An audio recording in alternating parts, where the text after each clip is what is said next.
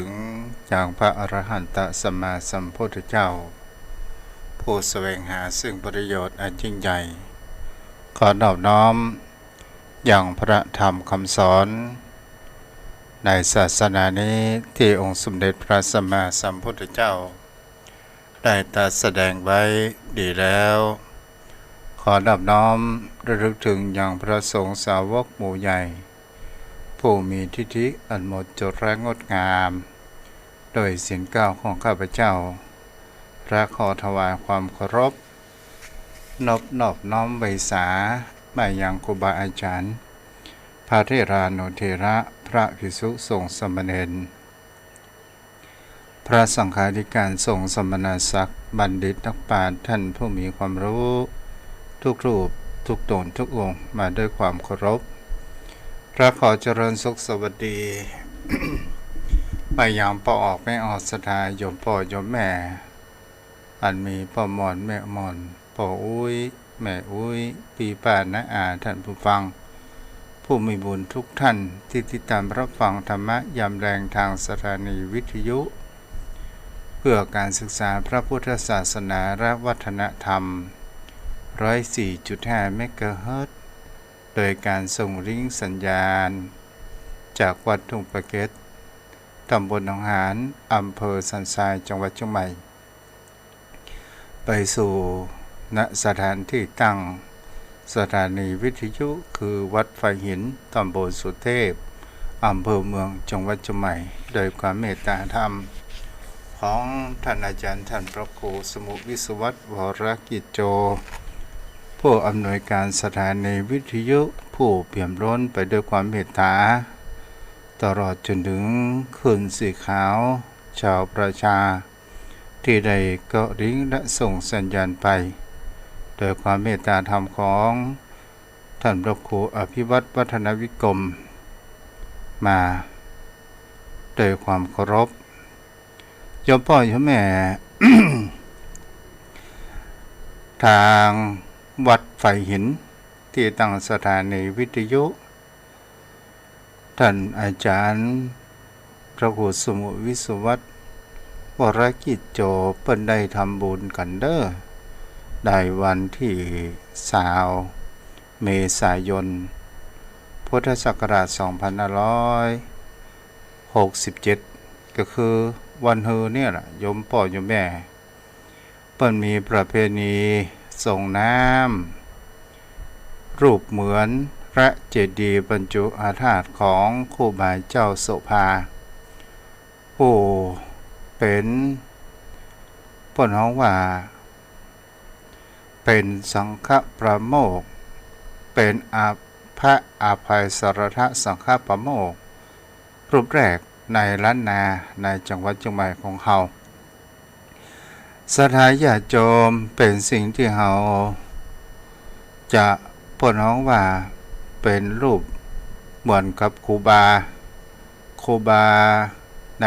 ที่นี้ชื่อของเปิ้นครูบาโสภาสถาญาติโยมทั้งหลายถ้าใครมีเจตนาจะร่วมทำบุญในการเป็นเจ้าภาพไตรยทานสังฆทานได้รับทราบข่าวว่าท่านอาจารย์พระครูก็ได้นิมนต์พระสงฆ์องค์เจ้าเป็นจำนวนมากโยมพ่อโยมแม่ท่านใดอยากจะเป็นเจ้าภาพตามกำลังท่านอาจารย์พระครูบอกว่าตามเจตนาสามารถที่จะเป็นเจ้าภาพหรือโทรติดต่อได้ที่เบอร์โทร 087 915 2564เนาะ087 915 2924ทวนอีกครั้งเด้อ087 915 2924ติดต่อ ทางด้านท่านอาจารย์พระครูได้เนาะ วันเฮอเนี่ยเด้อโยมพ่อโยมแม่เนาะท่านอาจารย์พระครูเป็นเจ้าอาวาสที่เป็นพระนักพัฒนาและเผยแผ่ก็จะไปลืมกันเลยโยมพ่อโยมแม่ท่านผู้ฟังวันนี้เราก็มาอยู่กับกันช่วงแมลงเราจะธรรมะไปก็คงจะก่อให้เกิดแห่งความจำเจหรือว่าเกิดแห่งความฟังแล้วฟังอีกเรามาฟัง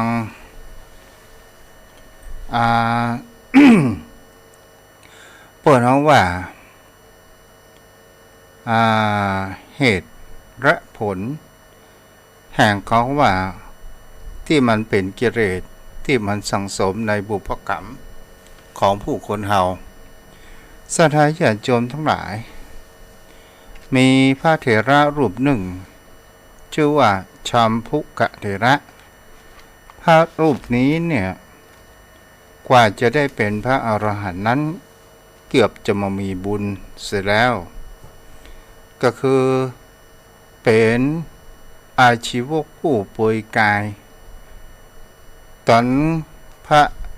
ชัมพุกะนี้ได้เกิดมาอยู่ในตระกูลผู้มีอันจะกินใน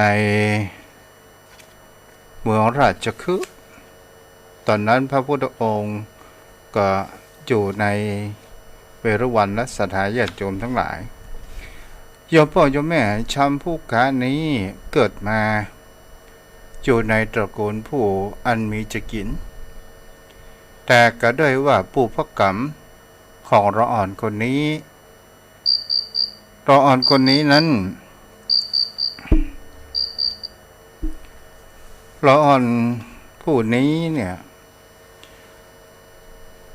เป็นละอ่อนที่มีความแปลกเกิดขึ้นความแปลกในที่นี้ก็คือชอบกินอุจจาระของนั้นตัวเองกินอุจจาระแห้งต่างๆนานาเกิดขึ้นศรัทธาญาติโยมทั้งหลายเป็นสิ่งที่จะหาได้ว่าและก็มีการยิบกินอุจจาระและก็เป็นคนที่นอนบนแผ่นดินโดยความได้เอาขี้ฝุ่นขี้หยังอาบเนื้ออาบตนตัวและก็เป็นคนที่ชอบป่วยกายแล้วก็มาอาบน้ำอาบท่าต่างๆนานาก็ได้เกิดแห่งในตระกูลแห่งเศรษฐีทางพ่อแม่นั้นหาประการเช่นเน้นว่าลูกของเฮามีพฤติกรรมที่มีความแปลกประหลาดกว่าคนอื่นชาวผู้กาชีวกนี้ก็เป็นสิ่งที่ทำประการเช่นนี้ก็เกิดพ่อแม่ก็เกิดก่อขัวความอายเกิดขึ้นในวงตระกูลของกินของว่าก็บ่กินศรัทธาญาติโยมทั้งหลาย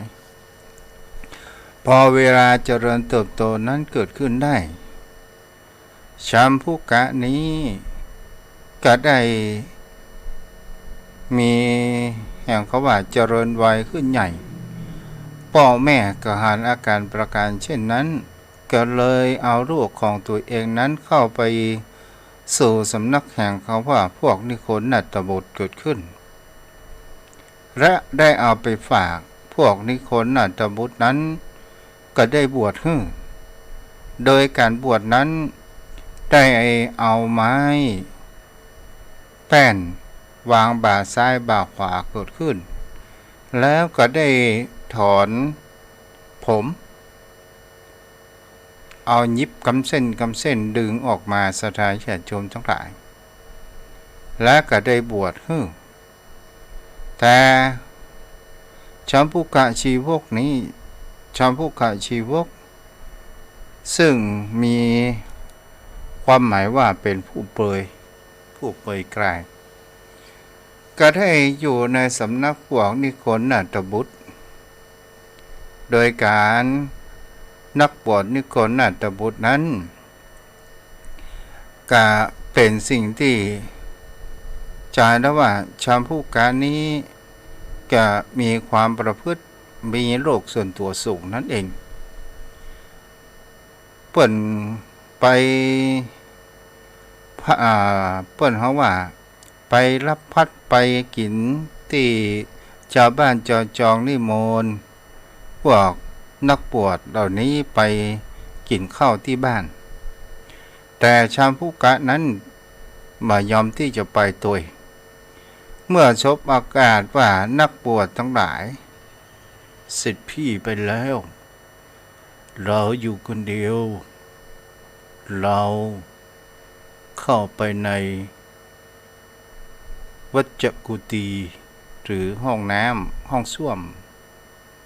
โอ้โห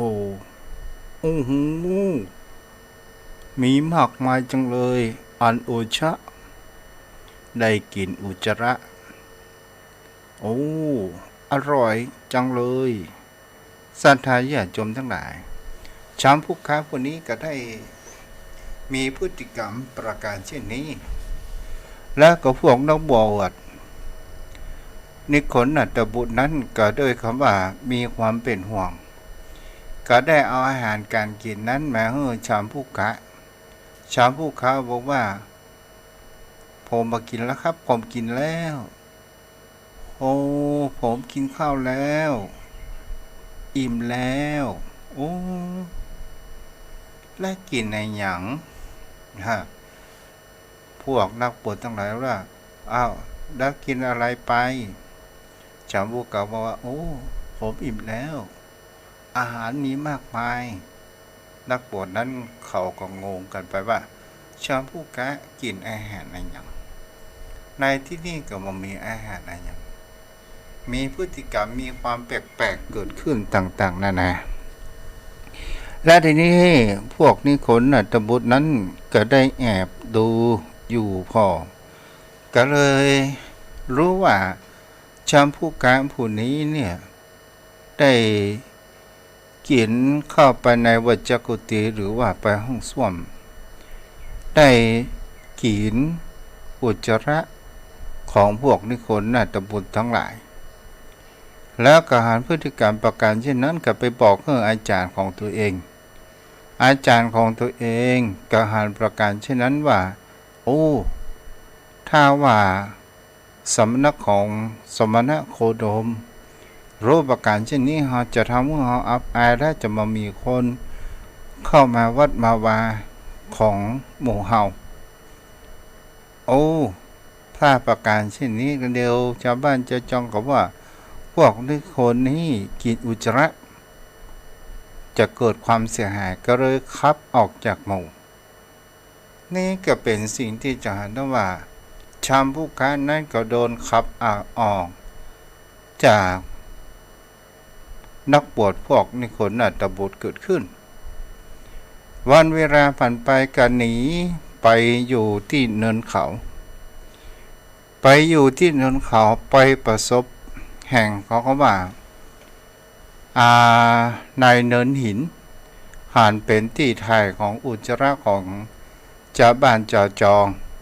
ถ้าใครกินข้าวก็ขออภัยไว้ตัวเด้อแล้วก็อุจจาระนั้นมันก็แห้งไปตามกาลเวลาทีนี้เนี่ยชาวผู้กะผู้นี้ก็ได้อยู่อาศัยที่หั่นแม่วานก็ได้บำเพ็ญตบะโดยการที่ว่ายืนกระต่ายขาเดียวและเอามือยื่นขึ้นแล้วก็อ้าปากแล้วเจ้าบ้านเจ้าจองก็หันประการเช่นนั้นเกิดความเลื่อมใสว่าโอ้พระผู้เป็นเจ้าหันประการเช่นนั้นว่าโอ้พระผู้เป็นเจ้าบำเพ็ญตบะแล้วเขาก็ไปถามว่าท่านฉันกินข้าวอะไรยังกินอะไรยังอ้าปากจุวันค่ำชาวผู้กะก็บอกว่าเรากินลมเป็นอาหารศรัทธาญาติโยมทั้งหลายมันก่อให้เกิดแห่งความหลงเกิดแห่งความหลงเกิดขึ้นเกิดแห่งความนับถือในชาวผู้กะชาวบ้านชาวจองก็มีความเข้าใจผิดว่าโอ้เราพบพระผู้เป็นเจ้าเป็นพระอรหันต์แล้วศรัทธาญาติโยมทั้งหลายชาวบ้านชาวจองก็มาหาชาวผู้กะแล้วเกิดแห่งความเรื่อมใสต่างๆนานา ชาวบ้านจองทำอาหารการกินอะไรอย่างมาชัมพุกะบอกว่าเราไม่กินอาหารเรากินแต่โรมโอ้ชาวบ้านจองก็เกิดความเลื่อมใสยิ่งขึ้นทำไมท่านถึงมายืนสองขาโอ้ชัมพุกะบอกว่าเรายืนสองเท้าไม่ได้ทำไมล่ะเจ้าข้าเพราะจะทำให้แผ่นดินไหวแผ่นดินจะมีความหวั่นไหวเกิดขึ้นเราต้องยืนขาข้างหนึ่งโอ้ผ่านประการเช่นนั้นเกิดแห่งความปากต่อปากสืบกันไปว่าเป็นผู้มีอิทธิฤทธิ์ต่างๆนานายืนวันค่ำได้โดยการที่มานอนมาอย่างสักอย่างหารู้ไหมว่าตอนกลางคืนนั้นชัมพุกะนั้นก็ไปที่ถ่ายอุจจาระของชาวบ้านจองแล้วก็ได้ยิบกินอุจจาระแห้งเกิดขึ้นพอเวลาผ่านไปสถานญาติโยมทั้งหลายทีนี้หารประการเช่นนี้แล้วเนี่ยพระพุทธองค์นั้นตอนนั้นอยู่ประทับอยู่ในที่ราชคฤห์ในพระวิหารเวรุวันมาวิหารที่พระเจ้าพิมพิสารนั้นถวายก็ได้แผ่คายญาณและหารว่าชัมพุกะนี้พอที่จะเป็นพระอรหันต์นั้นได้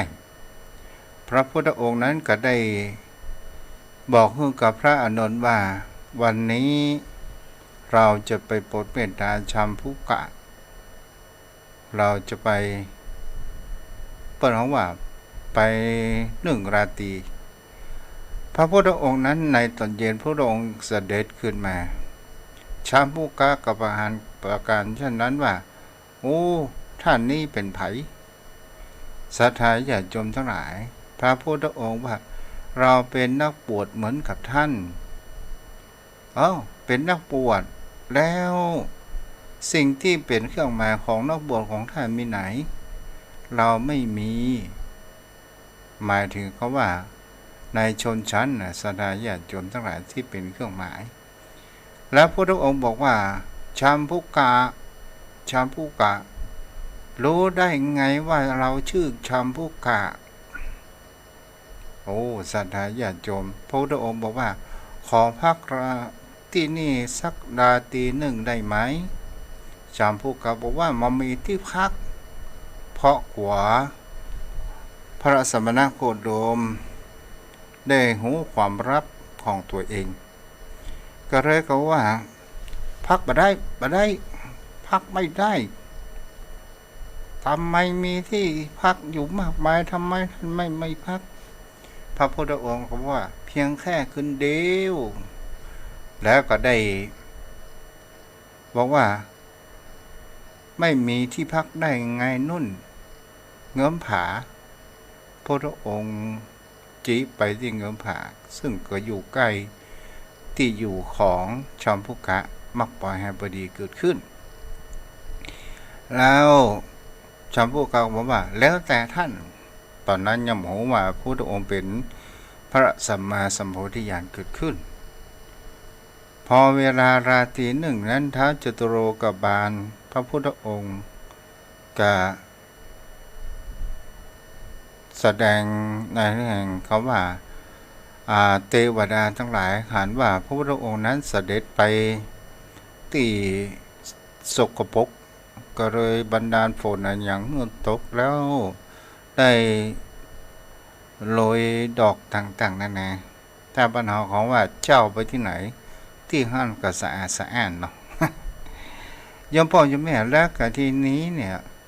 ในยามแรกนั้นปฐมยาม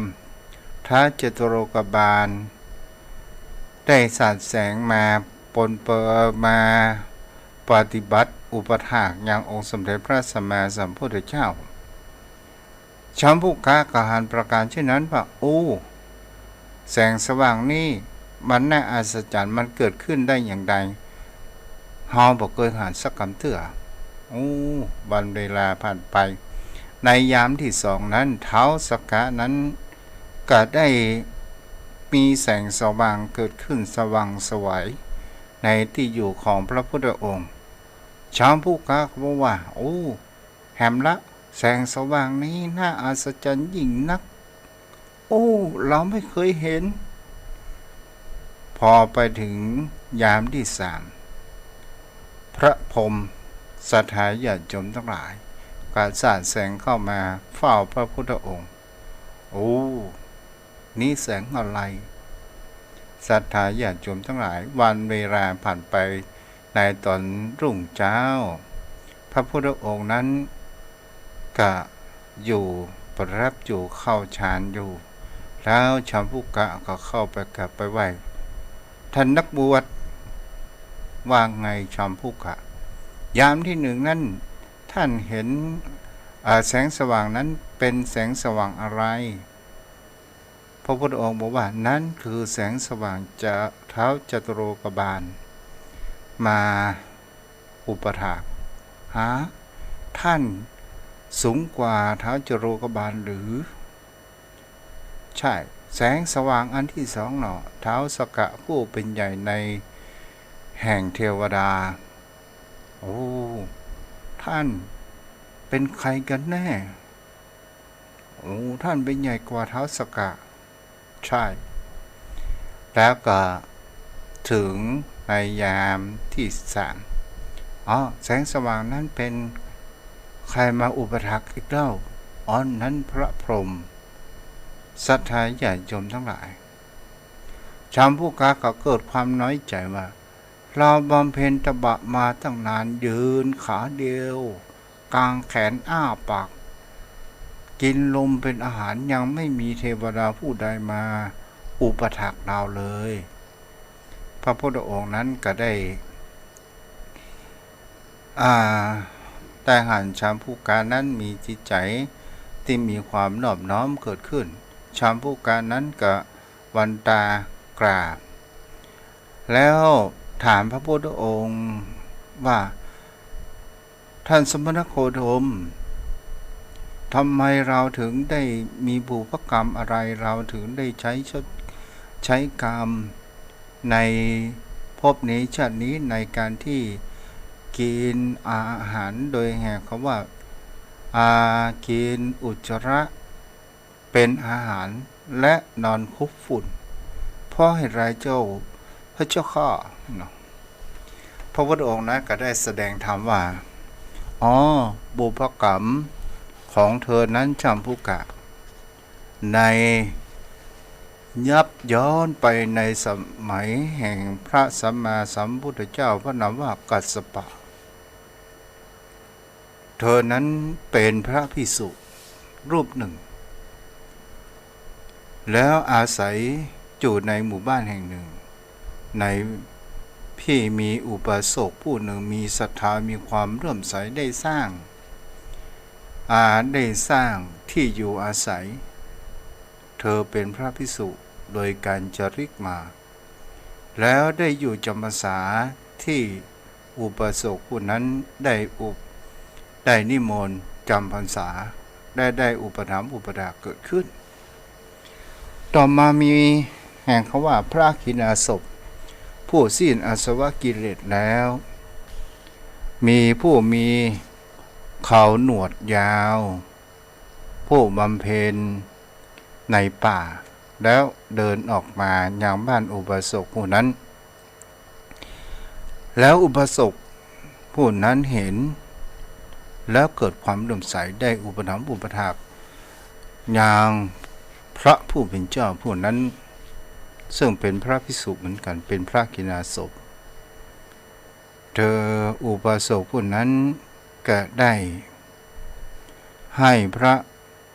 ขีณาสพชำระกายแล้วได้ยื่นผ้าสาดกให้นุ่งห่มแล้วตามจ้างผมมาโกนหนวดโกนเขาโกนผมต่างๆนานาเกิดขึ้นและก็ได้ถวายอาหารตอนนั้นมีพระภิกษุเจ้าถิ่นนั้นก็คือเธอภิกษุเจ้าถิ่นเข้ามาหานการปฏิบัติ ของอุบาสกผู้นั้นพระภิกษุรูปนั้นก็บอกว่าเราอยู่มาตั้งนานทำไมอุบาสกผู้นี้ถึงไม่อุปถัมภ์เราประการเช่นนี้เล่าเกิดความน้อยใจศรัทธาญาติโยมทั้งหลายเกิดความน้อยใจบอกว่าเกิดความอิจฉาแหมความอิจฉาริษยาเกิดขึ้นเมื่อพระขีณาสพผู้นี้ก็ได้ไปขอพักอยู่อาศัยที่ในวัดที่อุบาสกนั้นสร้างถวายอุบาสกนั้นก็นิมนต์ไปอยู่ในวิหารแล้วพระภิกษุเจ้าถิ่นเกิดความบ่พอใจต่างๆนานาเกิดขึ้นเลยความน้อยอกหมองใจต่างๆนานาศรัทธาญาติโยมทั้งหลายเลยเก็บความกดดันแห่งความอิจฉาริษยานั้นมาได้ก็ได้ไปด่าพระขีณาสพนั้นว่าไปด่าพระขีณาสพว่า อาวุโสการที่ท่านเคี้ยวกินพูดอุจจาระประเสริฐกว่าการที่ท่านจะได้บริโภคอาหารในเรือนของอุบาสกอันนี้ผลของว่าแจ้งนะสาธารณญาติโยมทั้งหลายการที่ใช้แปรงตาลถอนผมและหนวดประเสริฐกว่าการโกนหนวดผมของไหนช่างผมที่อุบาสกจ้างมาโอ้นี่ก็แจ้งที่สามก็คือท่านเปยกายเสียดีกว่าแล้วเที่ยวไปประเสริฐกว่าการนุ่งห่มผ้าสาดกที่อุบาสกนั้นจัดถวายโอ้ยังบ่พอที่การที่ท่านนอนบนแผ่นดินประเสริฐกว่ากันท่านนอนบนเตียงอุบาสกถวายโอ้ศรัทธาญาติโยมทั้งหลายพระขีณาสพในการที่พระภิกษุเจ้าถิ่นแจ้งด่าอย่างประการชนี้พระขีณาสพว่าโอ้พระภิกษุเจ้าถิ่นจะชิบหายกับเราแน่นอนในตอนใกล้ลุ่งนั้นพระขีณาสพนั้นก็เดินออกจากวิหารไปทางข้างหน้าแต่พระภิกษุเจ้าถิ่นโมโหก็โดยกลัวว่าอุบาสกที่ตัวเก่ามีอยู่เพื่อนจะปฏิบัติยังพระภิกษุต่างถิ่นคือพระขีณาสพมากกว่าตัวเองโดยใจหลังมือดีดระฆังแล้วก็เข้าไปรับพัดหรือว่าเข้าไปกินข้าวที่บ้านอุบาสกก็ถามว่าพระเถระผู้นั้นมีไหนแล้วท่านโอ้เฮาขนาดเฮาลูกเจ้าตีสี่กวาดขี้โคขี้ขามแต่เขาน่าจะตื่นเขาประตื่นให้จะนอนรับพักผ่อนให้อย่าอิดก้านี่เนาะอุบาสกนั้นว่าก็บ่เป็นหยังท่านเดี๋ยวขอให้ท่านฉันอะไรยังกินอะไรยังเสร็จแล้วเดี๋ยวขอบาตรเด้อตักข้าวโภชนะอาหารอันประณีตใส่ในบาตรเอาไปฝากพระเถระอคันตุกะคำพระภิกษุเจ้าถิ่นหันประการเช่นนั้นเลือดขึ้นหน้าโอ้ได้ประเต็มอกเต็มใจไปถึงเกลื่องกลางทางกูจะให้มึงกินอาหารอันประณีตนี่อย่างเอาอาหารที่ในบาตรนั้นขว้างข้างต่างสถานชาญชมทั้งหลายปิกไปพอที่วิหารพระขีณาสพนั้นก็มามีอันนี้ก็เป็นสิ่งที่ว่าบุพกรรมของแห่งชัมพุกะเถระเนาะชัมพุกะเถระแต่ก็ยังมีบุญอยู่เนาะบุญที่เมื่อเขาตายจากในตอนที่อดีตชาติเขาไปตกนรกเนาะแล้วก็ปิกมาเกิดเป็นชัมพุกะเถระในเมืองราชคฤห์แล้วก็ได้รับผลแห่งกรรมวันนี้จะมาแห่งคำว่าธรรมะในหัวข้อที่2ที่มันเปลี่ยนคำว่า มรรคแปดน่ะศรัทธาญาติโยมทั้งหลายบางครั้งบางคราวคนเฮาก็บ่สามารถที่จะรู้ได้ว่าถนนหนทางแต่ละเส้นที่พระพุทธองค์นั้นบอกมักมีองค์8ทาง8เส้นทางวันนั้นก็ได้เกี่ยวกับเมตตาธรรมท่าน เจ้าด้วยความเคารพอย่างสูงยิ่งครับเจ้าเจ้าพ่อหนานรับฟังอยู่เนาะได้ฟังครับท่านพระคุณเจ้าได้ฟังท่านเจ้าได้อธิบายธรรมบทไฟริษยานี่เอานักแกงกันเด้อพ่อหนานเนาะท่านพระคุณเจ้ามันไม่ทั้งตัวเองเปลี่ยนดับแรกก่อนทำให้ใจกับข้ามภพข้ามชาติมาเกิดในอายุสมัยนี้ก็ยังใช้กับจนที่สุดอยู่นะท่านพระคุณเจ้าแห่งที่สุดคือแห่งกรรมท่านพระคุณเจ้าแม้จะเป็นอรหันตาพระขีณาสพก็ยังได้ใจเศษกรรมอยู่นะท่านเจ้าแม่นไว้สาเจ้าต่อมาก็คือในเรื่องแห่งคำว่ามักมีองค์8วันนั้นได้เกี่ยวกับคำว่าทิฏฐินะคือคือความเห็นชอบความเห็นที่ถูกต้องไว้สาครับวันนี้จะมาแห่งคำว่าสัมมาสังกัปปะคือความดำริชอบมันหมายถึงคำว่าความดำริชอบนี่ดำริอันอย่างคิดอันอย่างเพราะนั้นคำว่าดำรินี่คือความคิดความนึกคิดในทางครับเป็นความคิดครับคือคิดในสิ่งที่ถูกต้องประกอบโดยนะไว้สาเจ้าในทางที่ถูกต้องจะมีความคิดที่ถูกต้องเป็นเป็นอกุศลกรรมอกุศลมูลนะครับคิดในทางที่เป็นกุศลครับท่านพระคุณเจ้าเอาคิดแต่อย่างพ่อเพราะนั้นพอได้ก็คิดดีทำดีแล้วก็คิดรู้ถึงเหตุถึงผลถึงรู้ถึงเหตุและผลแล้วก็หนทางแห่งการดับทุกข์ทั้งหลายทั้งปวงอันนี้เป็นกรรมความว่าสัมมาสังกัปปะนะท่านเจ้าพูดถึงว่าความดำริคือความนึกในทางที่ถูกต้องซึ่งเป็นหนทางแห่งหนึ่งในมรรคมีองค์8นั่นก็คือคำว่าเนกขัมมะสังกัปปะก็หมายถึงคำว่าเนกขัมมะหรือว่าเนกขัมมะวิตกะในที่นี้ก็คือความคิดที่จะปลอดจากยังแห่งความโลภความนึกคิดที่มีความปลอดโปร่งแห่งจากกามมกมุ่นพัวพันติดข้อง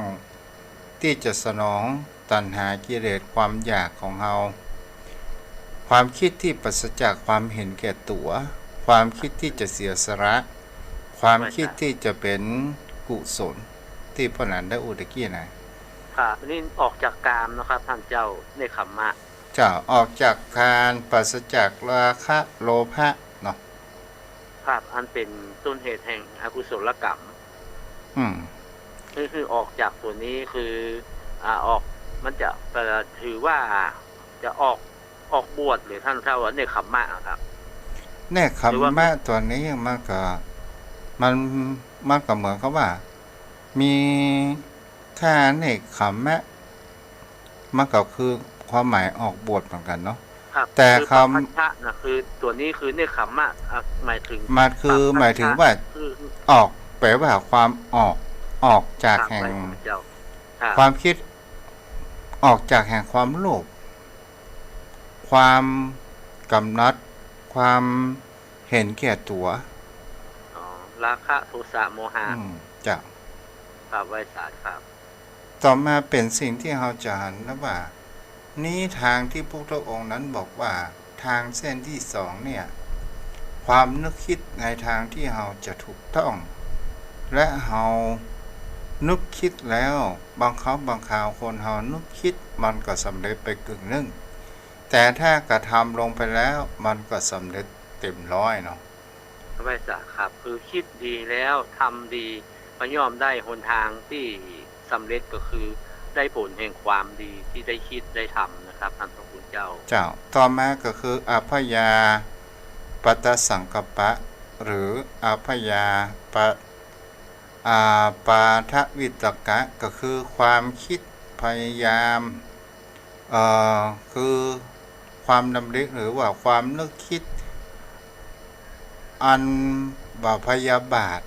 บ่เบียดเบียนบ่แก้แค้นบ่ชิงชังบ่คัดเคือง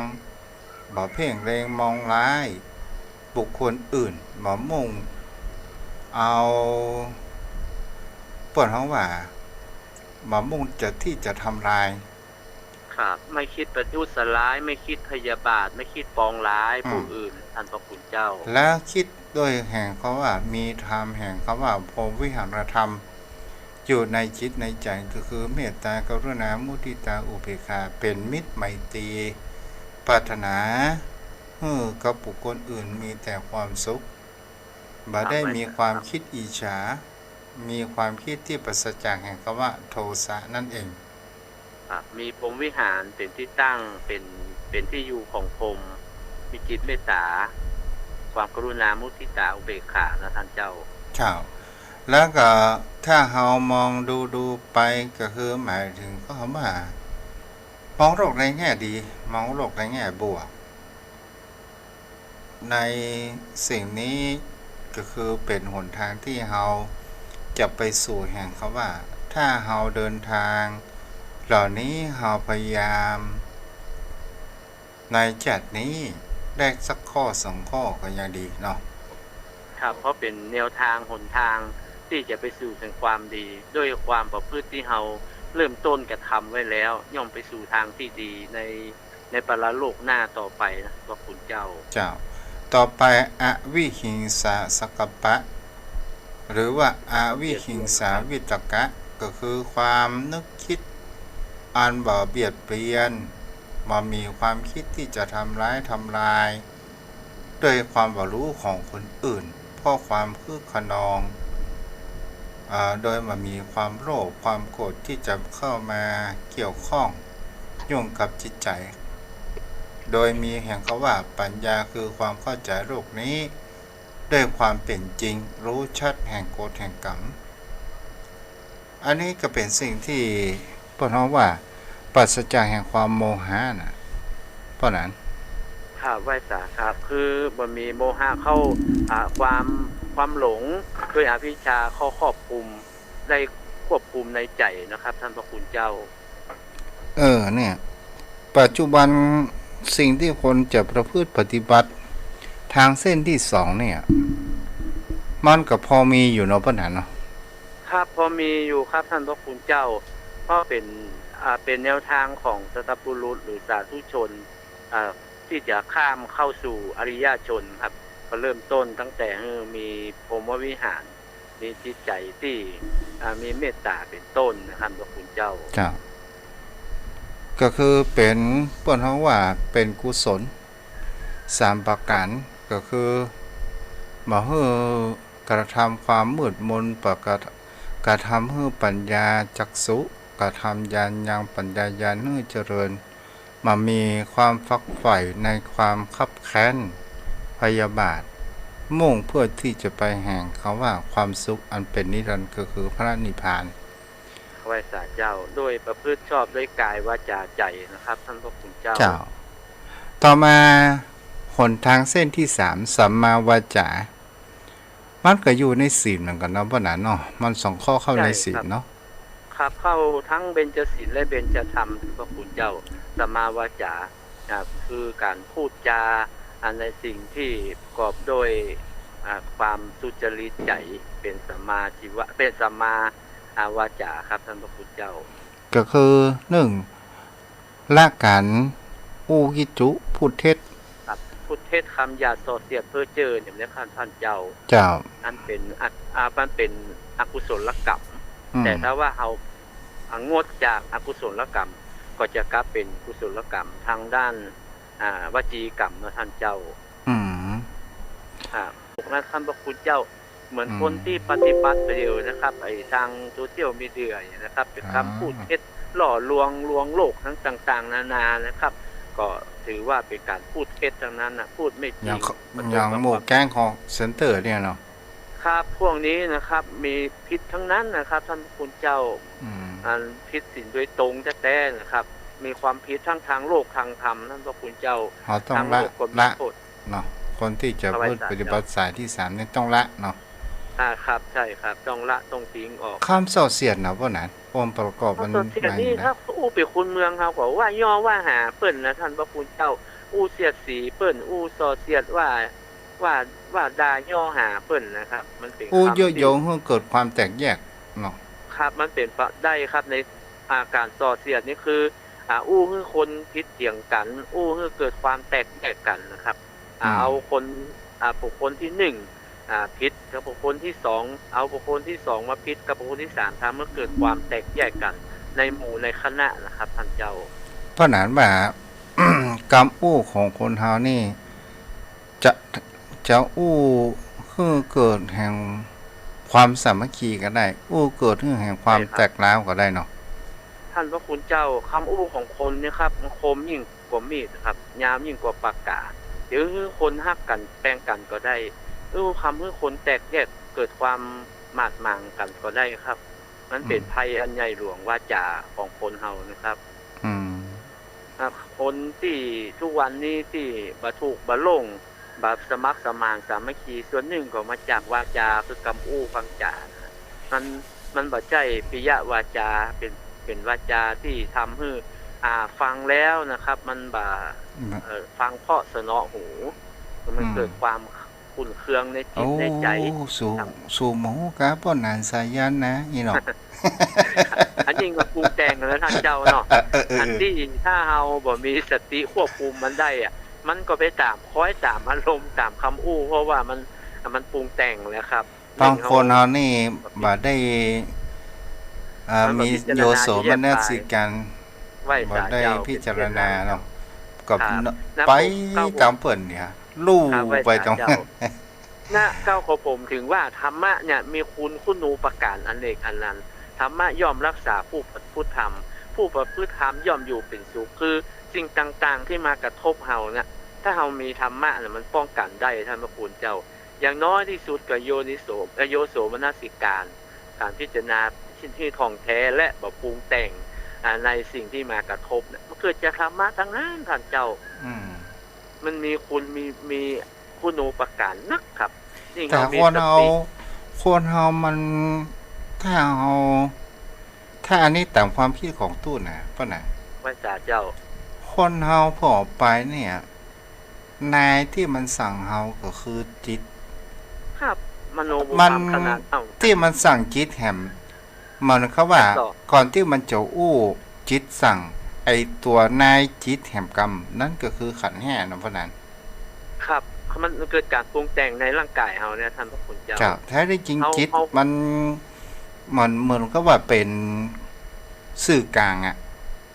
แล้วมันโดนกิเลสใจอะตัวปรุงแต่งขันธ์แห่เนี่ย เพราะว่าเฮาบ่ได้อบรมบ่มจิตบ่มใจของเฮาครับท่านพระคุณเจ้า มันก็เลยเป็นตกเป็นธาตุของขันธ์ห้าจึงได้ใจเฮา โดยอายตนะเข้ามาแล้วก็ขันธ์ห้าเข้ามาปรุงแต่งเฮาก็เกิดทุกวันนี้เฮาตกเป็นธาตุของอายตนะและขันธ์ห้านะท่านพระคุณเจ้า ก็คืออายตนะภายนอกภายในเนี่ยเนาะ ครับไหว้ศาลเจ้ามันยิ่งกว่าสัตว์ถูกดักนะท่านเจ้า อืม ทุกวันนี้เฮาถูกดักโดย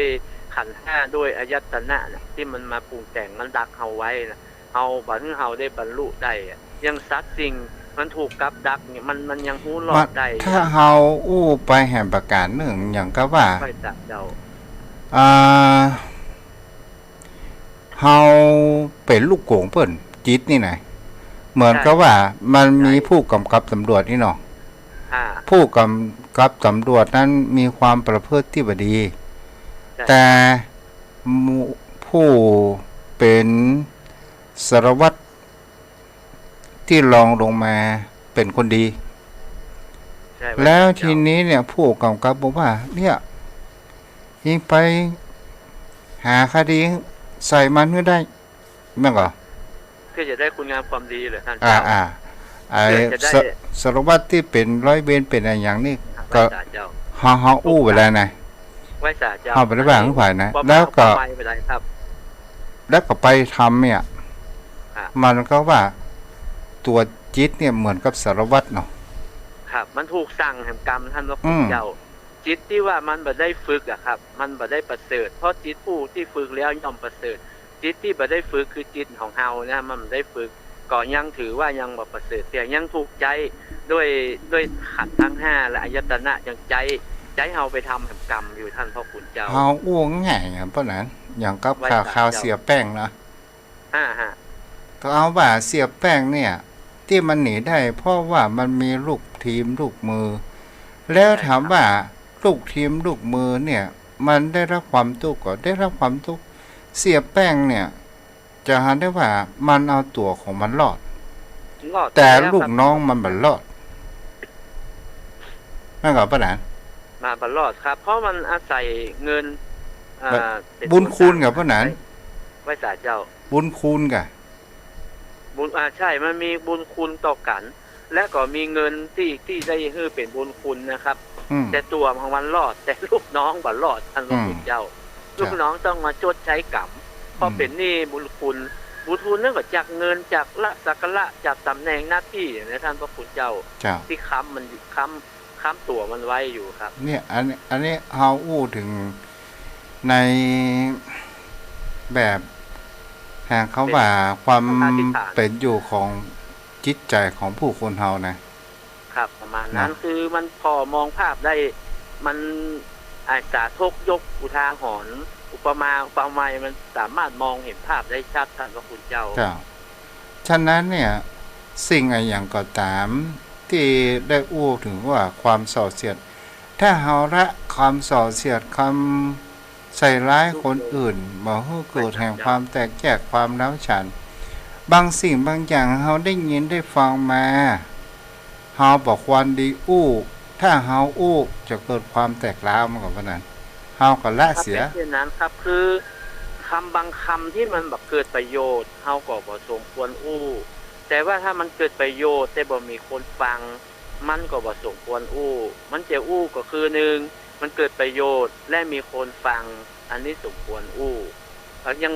ทรัพย์บางอย่างถ้าเฮาอู้ไปแล้วมันเกิดความแตกแยก ถ้ามันมาจบที่เฮานี่มันก็จบละมันบ่ได้ไปทำให้คนแตกแยกกันละท่านพระคุณเจ้า คนเฮานี่บางครั้งบางคราวมันได้ยินมามันก็โอ้เอาพี่สีเอาไป500จะไปบอกผัวข้าเจ้าเด้อโอ้ยกันเดียวปิกออกมาคืนนั้นอีละพี่ขอไปอู้ดีกว่ามันก็โอก มันก็เหมือนนินทานะท่านพระคุณเจ้า มันเหมือนนินทาเป็นโลกธรรม คืออย่างหนึ่งมันเป็นจริตของคนโดยท่านพระคุณเจ้า แม่นน่ะ เพราะมันชอบในแนวทางนั้นเนี่ย มันอย่างใดมันกระตึงเล่าบ่เล่ามันกระตึงใจความนะท่านเจ้า จ้ะเรื่องของคนอื่นนี่เอาอู้บ้านเหนือบ้านใต้เนาะแต่เรื่องของตัวเการนี่เงียบปิ้งจ้ะ ก็โทษของคนมองมาหันนะครับ โทษของคนอื่นนี่เห็นเช่นภูเขา ถ้าด่าเขาครั้งเดียว แต่ด่ากับผู้อื่นได้ทั้ง3 ครั้ง มันด่าตัวเก่านี่ถ้ามันบอกแบบนี้ถ้ามันเห็นโทษของตัวเองนี่มันบอกมีท่านพระคุณเจ้าตามีหน้าพอหน้าบาหันมันไปหันคนอื่นเขาลูกโป่งค่อยเป็นอันหมด แต่ด้านตัวเองนี่พอบ่ฮู้บาหันและก็พอว่าตัวเองนี่ถูกมดมันมีโทษหยังมีแต่คุณเอาความดีเข้าใส่ตัวเก่าหมด แล้วก็เอาความชั่วไปใส่เพื่อนคนอื่นหมดทั้งที่ตัวดำหมดนะว่าโอ้เพิ่นนักว่าดำมางามบ่ดีอ่ะแล้วก็พอตัวเองท่านพระคุณเจ้า ต่อมาก็คือและคำหยาบเพราะนั้นคำว่าคำหยาบนี่หมายถึงคำที่อย่างไร คำหยาบจ้าลามกคำบ่าวันดีพูดดีอู้เนี่ยเป็นคำหยาบคาย อย่างเช่น สมมุติเขาว่าฮาคิงบ่าอายอีพ่ออีแม่นี่เหรอ มันเป็นคำที่ฟังแล้วมันบ่ม่วนหูม่วนใจมันเป็นคำอู้เป็นคำหยาบโลนนะครับไม่ใช่คำสุภาพท่านพระคุณเจ้า เป็นคำอู้ที่ทำเมื่อจิตใจของบุคคลอื่นท้อถอยครับไผเลย ใช่ครับท้อถอยมันไม่ได้กำลังใจอ่ะ อืม ขอโทษนะครับ อืม ไอ้หมาไอ้วอกเลยป้าตาย ตายเฮียมันเป็นคำอู้ที่เป็นคำหยาบจ้าสามานท่านพระคุณเจ้าคนอื่นฟังมันก็บ่บ่วนหูว่าบ่ปั้นตายมันฟังแล้วมันทั้งที่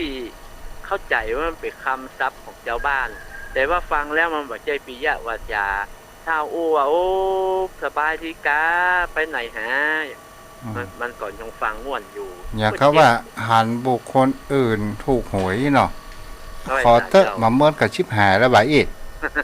อันนี้กรอบด้วยอิจฉาริษยาคืออย่างใดก็เอาคือมองเปิ้นฮือด้อยตลอดท่านพระคุณเจ้าเปิ้นมีโจกมีใจทั้งที่มันเป็นเรื่องของเปิ้นมันไม่ใช่เรื่องของเฮาเรื่องของเฮาคือแสดงมุทิตาอย่างเดียวนอกนั้นมันเป็นของเปิ้นเพื่อจะถูกหวยกาเพื่อจะได้เงินเดือนเลื่อนขั้นเนี่ยมันก็ไล่อากาโอ้มันเลียเจ้าเลียขวายทั้งที่เปิ้นทำความดีโดยจิตโดยใจเปิ้นถึงจะเลื่อนตำแหน่งแต่ตัวบ่ได้มันบ่มองตัวเก่าแล้วก็ไปกล่าวโทษเก่าอย่างเปิ้นงั้นก็คือคำว่าคำหยาบที่ก็คือคำที่เป็นบ่ไพเราะพะหูเฮาละเสียซึ่งคำหยาบเนาะเป็นชวนให้ที่บ่ควรได้อู้เฮาควรอู้กามที่ชวนให้คนฮักกามที่เป็นกามที่จับใจกามให้กำลังใจเกิดแห่งความเหมือนกับว่าหาแสงสว่างนะขนาดเนาะอย่างเช่นถ้าเฮาไปปะคนจะฆ่าตัวตายกระโดดน้ำแม่เจ้าพญาเฮาประหารแล้วเฮาไปอู้ไปจ๋าโอ้จะไปคิดสั้นชีวิตของคนเฮากว่าจะเกิดมาได้เนาะเพราะนั้นแต่ถ้าว่าเฮาบังคับบังคับมันก็เป็นสิ่งที่เฮาหาแนวประกันนะถ้าเฮาอู้ว่าแน่จริงมันก็โดนแหละแน่จริงมันก็โดนแหละเพราะหนาว่าถ้าเฮาไปยุยงส่งเสริมในทางที่บ่ดีอันนี้มันเป็นมิจฉาทิฏฐิละถ้าเป็นสมาธิทิเฮาพูดในทางที่ดีก็เป็นการฮื้อธรรมะเป็นทานฮื้อแสงสว่างเปิ้นฮื้อแก้ในสิ่งที่เปิ้นตันอกตันใจท่านพระพุทธเจ้าแก้ปัญหาบ่ตกเปิ้นคิดบ่ออกแต่ถ้าเฮาฮื้อสติเปิ้นเอานำเอาธรรมะหรือข้อคิดที่ฮื้อสติเตือนอกเตือนใจให้เปิ้นมีสติคืนมานะมันก็เป็นมันได้บุญตัวเนาะพ่อนั้นเนาะใช่ได้ครับเป็นวิทยาทานเป็นธรรมทานอย่างสูงท่านพระคุณเจ้าเอาช่วยชีวิตคนทั้งคนเนี่ยถ้าเฮามันเหมือนกับนักจิตวิทยานะต่อมาเพราะนั้นคำอู้เพ้อเจ้อเนาะอู้ไปเลยนะครับแหลมแตะบ่มีเหตุมีผลหยังบ่มีประโยชน์สาระแก่นสารหยังอู้น้ำท่วงทุ่งพักบุ้งหลงเหลงนะครับเพ้อเจ้อว่าไปเลยหยังพี่เบาห้อยเพิ่นฮ้องว่าบ่อู้บ่ถูกกะระเทศะใจคำทุ่นใช่ครับมันบ่มีสาระแก่นสารหยังว่าหยังพี่เบา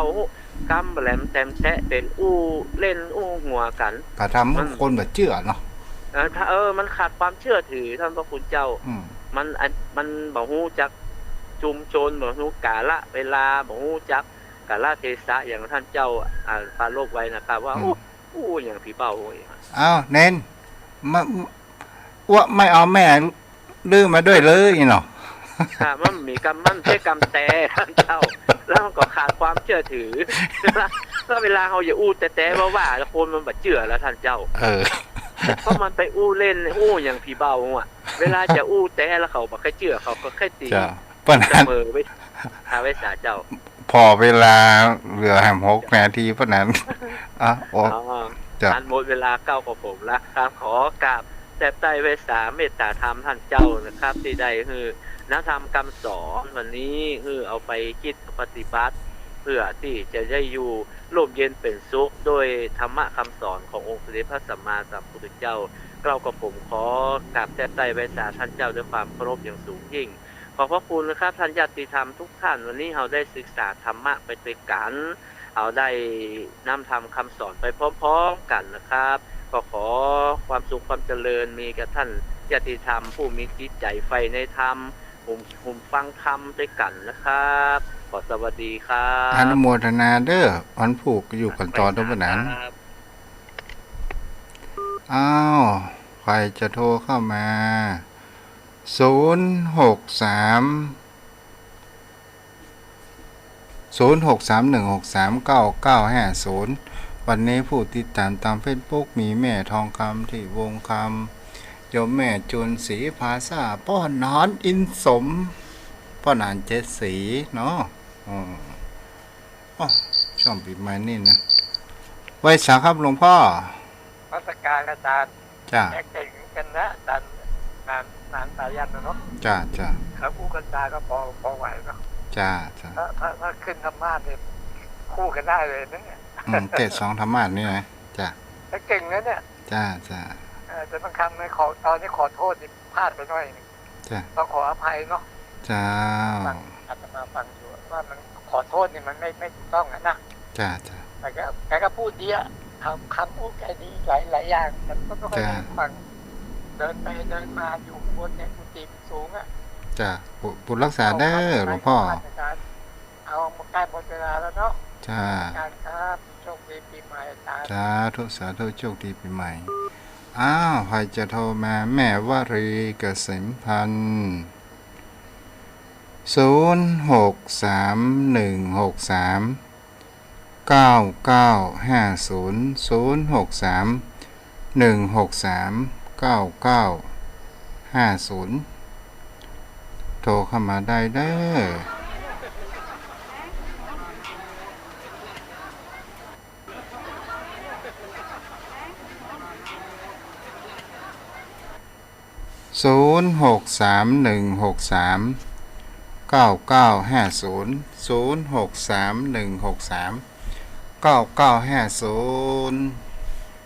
จะไปลืมเด้อวันที่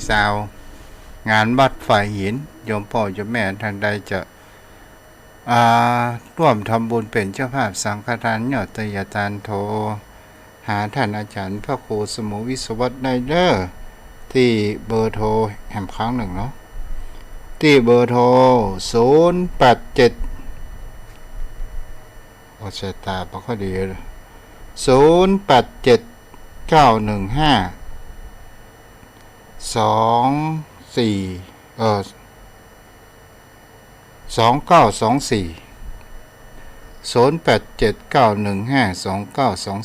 เนาะ